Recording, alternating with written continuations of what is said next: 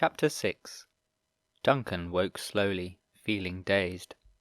He stretched out, mentally wishing himself a happy birthday, but as his eyes focused he realized that he wasn't in his bedroom.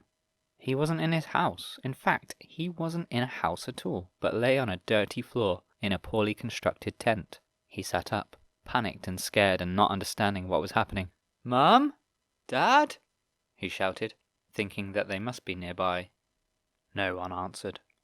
A gust of wind blew the tent's flapping door open and made Duncan even more confused. Outside, it was day, and there were no clouds, but the sky was not blue.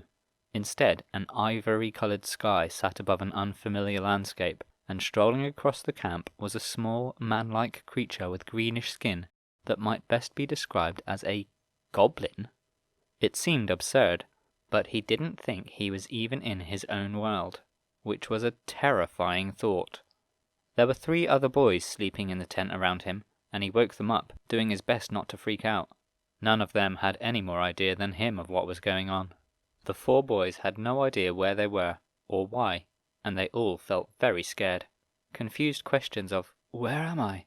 and "How did I get here?" were asked repeatedly, with no answers. But before they could venture out to search for some answers, some other boys appeared, ones who had been in the camp for several weeks, and began attempting to calm Duncan and his companions, and give some rough explanations. It all seemed so ridiculous. They had been brought here by goblins, who would train them as soldiers and use them to fight in their intertribal wars. It all seemed like some elaborate joke, but Duncan did not think it funny when he saw one of the goblins walk past the tent, carrying a whip which he was threatening to use on some teenage boys who marched before him. The goblin, with slightly alien features and a greenish tinge to his skin, was so much smaller than the boys. Duncan couldn't understand why they didn't just overpower him. Even with his whip he was surely no match for any one of them.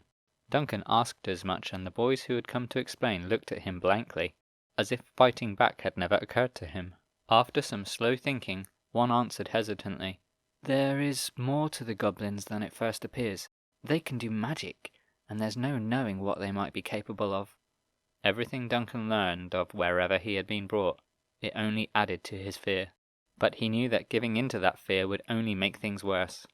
Part of his mind kept telling him that it was a nightmare, that he would wake up soon, and he very much wanted it to be over. But it wasn't like a dream. It was all too disturbingly real.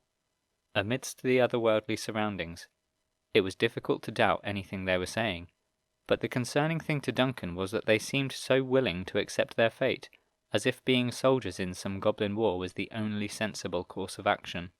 All too soon the older boys had to go and attend to their own duties, and left Duncan and his 3 companions with instructions to wait in the tent. As soon as they were gone, Duncan and one of the other boys, the smallest of the 3, spoke at the same time, saying the same thing on top of one another. "We've got to escape." The other 2 nodded firmly before all 4 boys looked over their soldiers nervously, in case someone was within earshot. They dropped their voices and spoke in hushed tones. They exchanged names. The smaller boy was Charlie. He had a freckly face and curly light brown hair, with a tendency to talk very quickly, continually sounding excited about everything he was saying. Then there was Oliver, or Ollie, who was the tallest, with short black hair. Duncan was tall for his age, but Ollie was even taller, although skinnier. He seemed a lot less talkative, but appeared to listen intently, and was no less keen to escape whatever freaky situation they were caught up in. Last there was Finn, who was a little chubbier than the rest of them, and had longer brown hair. He frequently spoke, but it was mostly to agree with what others were saying. The first thing that they could all agree on was that they knew too little about what was going on, or where they were. They agreed that they would need to be observant through the day, and perhaps sneaking out of the camp at night offered the best chance of escape. As they were about to begin an exploration of the camp, 3 figures approached. One had the diminutive stature of a goblin, almost hidden by 2 much larger figures flanking him. The first description that came to Duncan's mind was bigger boys. They were definitely bigger. The 2 boys looked about 15 years old, but at a glance they seemed older, probably because of the swords, real swords, that they carried and the scars on their faces and bodies. They had clearly had a rough few years working for the goblins, ones that had made them hard and strong. Duncan once again questioned why these tough-looking armed boys appeared to be silently obeying the unarmed and far smaller goblin, rather than just using the weapons on the tiny creature. As they arrived at the tent, the larger boys drew their swords, and one of them, with a sneer, used his sword to draw a line in the dirt outside the tent. He pointed his sword at the 4 13-year-olds and gruffly said, "You four, form a line, here," fearful of the swords being waved around near them, and the cold, emotionless looks in the eyes of the 2 warrior boys. Duncan and his 3 companions shuffled nervously to the line in the dirt. The goblin stood silently before them, examining them. The humans around him towered over the creature, yet somehow he looked very much in control. He spent some time looking at them, studying each of them in turn, without saying anything. It gave Duncan his best chance yet to look at a goblin. He looked like a tiny man with sharper, more angular features, a longer, pointier nose and ears to match. His skin had a greenish tinge to it, although in a certain light it might be described as yellowish. The waiting seemed to be too much for Charlie, who burst out with a question. "Why are we here? What do you want with—" He didn't get to finish his question. One of the warrior boys stepped forward and swung his sword at Charlie. Duncan noticed that the boy was using the flat of the blade, not intending to kill, but he wasn't being gentle either. Charlie tried to dodge the blade, but the flat of the metal still slammed into his ribs with a painful-sounding thud. It certainly knocked the wind out of Charlie, who fell to the ground with a gasp of pain. The brute then gave Charlie a half-hearted kick, more of a threat, as he snarled at the scared boys. "Get back in line, you only speak if spoken to." With a helping hand from Finn, Charlie got back into line, with one arm cradling his sore ribs, and an angry yet submissive expression. He wouldn't speak again, unless spoken to. The goblin clicked his fingers authoritatively, and one of his tame thugs crouched down on all fours in the mud. The goblin then leapt up onto his back and used him as a platform, like a tiny stage on which he might perform. But Duncan was sure he was not going to enjoy the performance. "Will you gladly join the glorious army of the Mokhtar Mountain Goblin clan, and aid us in our goal of conquering all other clans to bring peace and unity to all goblins?" he asked, in what Duncan thought was a mocking tone, although it was difficult to tell with his croaky, whiny-sounding goblin voice. "And will you swear on all that you hold dear that you will serve Umkra, king of the goblins, with loyalty and honor from now until death?" None of the 4 answered. The goblin raised an irritated eyebrow. "Answer! I'm waiting. And be honest." Duncan was at one end of the line, and he decided to answer first. "No. Never." The goblin gave him a considering stare, without saying anything. Then the creature fixed its gaze on Ollie, who was next in line. Ollie held the stare for just a second before he dropped his gaze and breathed out a single word. "No." Finn was next. "Never," he answered quickly, but quietly. The goblin's stare moved swiftly past him.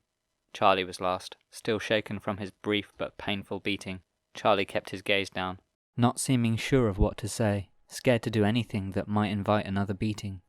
I don't..." He quickly glanced at his 3 companions, and Duncan could see that he was very anxious, with watery eyes threatening to form a tear. "No," he croaked, seeming to flinch at his own word, as if it might invite another blow from a sword. The goblin did not appear concerned by their failing to swear to follow his king. If anything, he seemed pleased about it, as a smirk spread across his face and he rubbed his tiny hands together. "It's so much more fun when they think they have a choice," he said, as if to himself, but clearly loud enough for them all to hear. "I am Pelkar." The goblin introduced himself, as if he had just arrived.